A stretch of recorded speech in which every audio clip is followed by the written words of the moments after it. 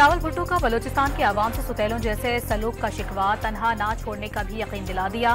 कोयटा में जियाले चेयरमैन का तकरीब से खिताब, सैलाब मुतासिरीन में चेक भी तकसीम किए।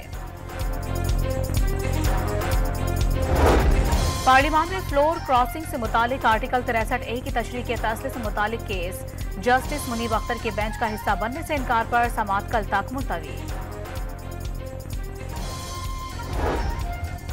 चीफ जस्टिस फाइज ईसा अब बेंच के सरबराह क्यों बने? लार्जर बेंच में एडहॉक जज जस्टिस मजहर आलम मियाखैल को क्यों शामिल किया गया? जस्टिस मुनीब अख्तर के खत के मुंदरजात सामने आ गए। बानी पीटीआई ने आर्टिकल 63A के केस की समाअत करने वाले बेंच पर एतराज उठा दिया। 2 जजेस के फैसले को 3 रुकनी कमेटी का फैसला करार नहीं दिया जा सकता। दरखास्त में मौक़िफ़। तोशाखाना के नए रेफरेंस में बानी पीटीआई और बुशरा बीबी की दरखास्त जमानत मुस्तरद कर दी गई।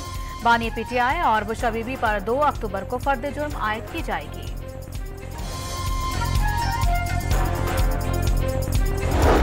पीटीआई रहनुमाओं को दहशतगर्दी के मुकदमात से रिलीफ मिल गया। एटीसी सावात ने अदम सबूत पर शौकत यूसुफजई समेत दीगर रहनुमाओं को 9 मई के केसेस से बरी कर दिया।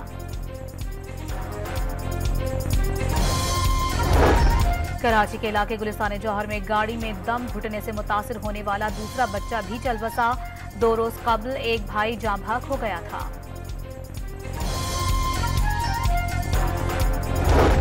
स्वाबी में टिकटॉक वीडियो बनाने पर भाई ने बहन को फायरिंग करके मौत के घाट उतार दिया।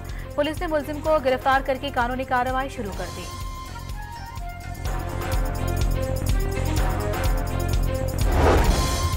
और पाकिस्तानी बॉडी बिल्डर एहसन असलम ने अमेरिका में लेजेंड स्पोर्ट्स फेस्ट में गोल्ड मेडल जीत लिया। एहसन असलम इससे कबल 3 तलाई तमगे जीत चुके हैं।